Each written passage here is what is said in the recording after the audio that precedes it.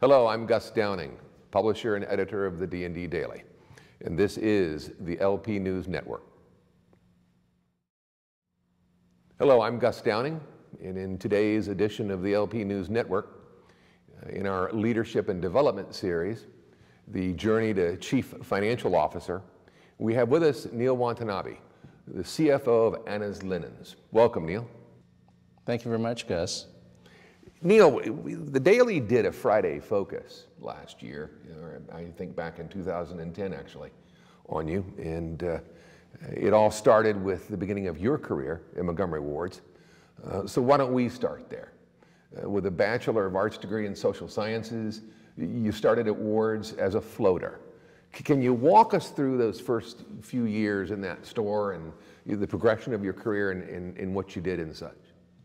Absolutely, Gus. It was actually midway through college that I joined Montgomery Ward's as a floater or rover, and in those days that was the lowest food chain position in retail you could possibly be at. What it entailed was giving breaks and lunches to all the various 50 departments at that time, and so it was very unique. It taught me a lot of flexibility and the requirement to interact with a lot of people, to be able to become an expert in many departments, and to be able to really juggle and learn how to be able to manage a retail environment in a very unique situation.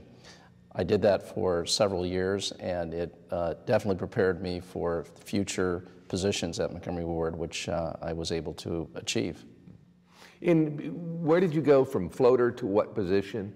If you could walk us through that up to the point of where you go to corporate. Well, after being part-time as a floater, I eventually graduated college and was afforded a couple opportunities outside of retail, but I decided I would stick with it. I was offered a management training program, so I went through managing a few departments, apparel, toys, and was able to rotate through and understand the basics of how a retail department actually is run from a profit perspective and replenishment merchandising. Back in those days, everything was very manual. Computers were really not at the point where you were given actual results that you just managed to. You actually had to go through and compute yourself what kind of orders you needed based on supply, and it was very mathematical with calculators, et cetera. So it gave me a good foundation, though, for understanding the retail business. I was eventually from there moving into the areas of finance, where I became a controller trainee at one point. Mm-hmm. And how long were you a controller in a single store? I was a controller in a single store for probably 3 to 4 years, rotating from a new store to different other stores, opening a brand new store, rotating, eventually becoming a district controller, and then eventually being moved to the corporate office. Mm-hmm.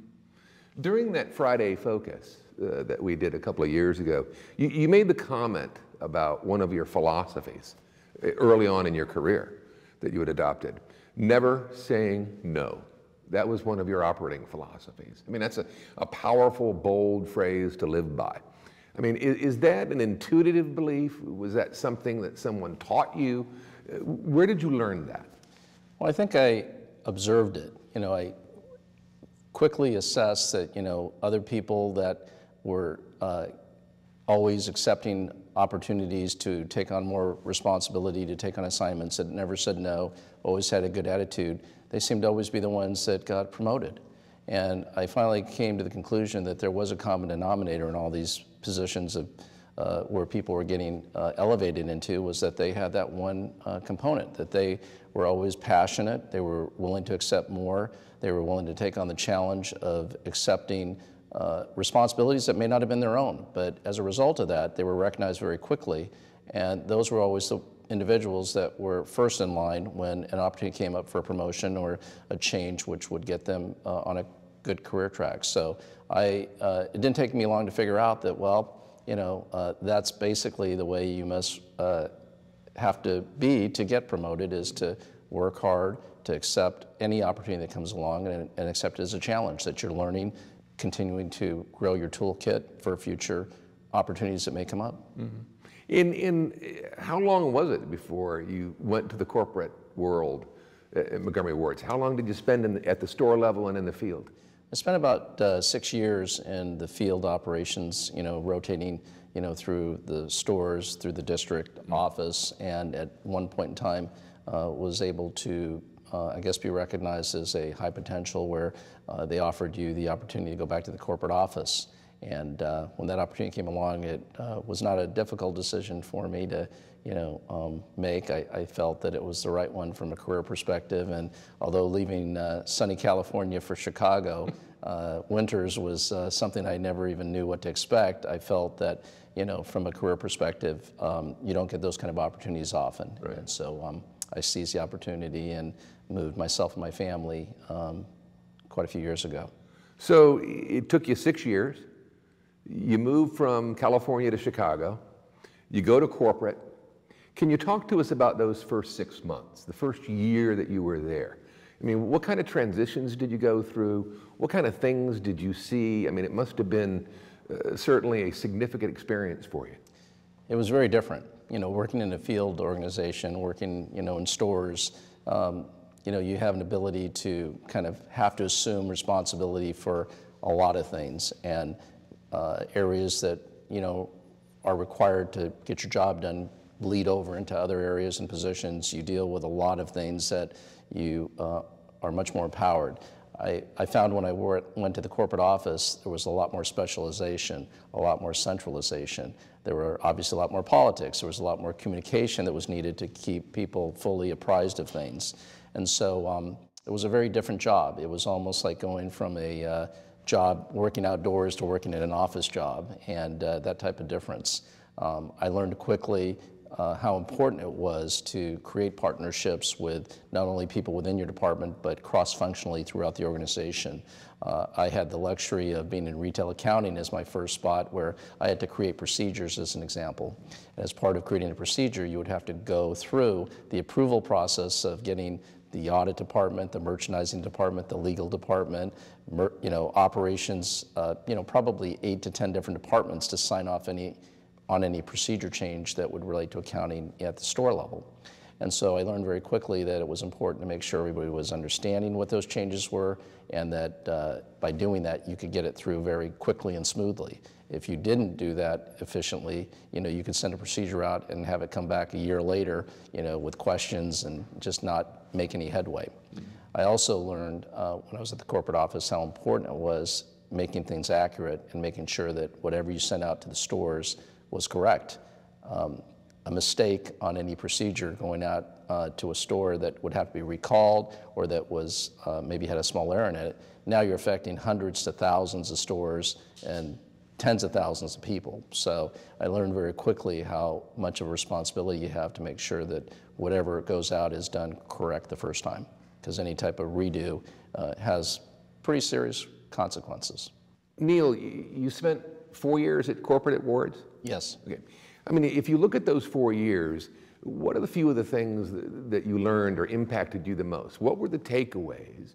And was there one person that was truly your mentor during that period?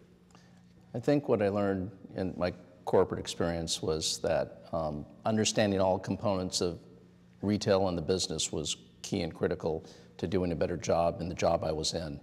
I believe that working through others, evaluating their needs and what exactly their priorities were, gave me kind of a different set of lenses that, as I was preparing and doing the job I was in, it gave me different perspectives. And I think working in an environment where there's so many specialized departments and different viewpoints, it gave me a kind of an eye-opener that this was something key, that if I was to succeed, I needed to make sure that I wasn't just working and making decisions in a vacuum. I was considering all the other factors. Mm-hmm.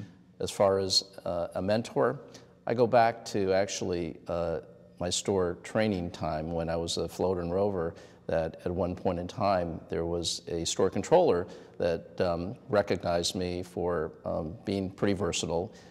He had given me some assignments to do as part of my job when I had spare time, to actually research cash shortages through the register detail tapes, making corrections, detecting if there was a cashier that didn't void a transaction, which could cause either a cash shortage or an inventory shortage implication.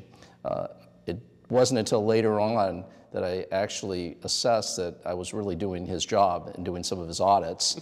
And I must have done a halfway decent job at it, because he eventually recommended me and sponsored me for the controller training program. You may know him. His name is Bill Titus. I thought that's what you were going to say. Store controller at that time, and he definitely has been a guiding influence as being a mentor, and also just a tremendous friend as well through the years. Did he help fuel your interest in loss prevention early in your career? He did. I think Bill always had this ability to question and challenge everything, take little at face value, and always, peel the onion back until you get to the answer. And I think that inquisitiveness early on in my career has allowed me to, eventually get into some areas of, technical aspects and, focus on loss prevention in some of the areas that, quite frankly, I always hold close to my heart. I do finance, I do accounting, I do a lot of other job responsibilities, but I must say that, the portion of the job that I probably enjoy the most working and dealing with is in the areas of loss prevention. Wonderful to hear, even today. quite frankly. Wonderful to hear.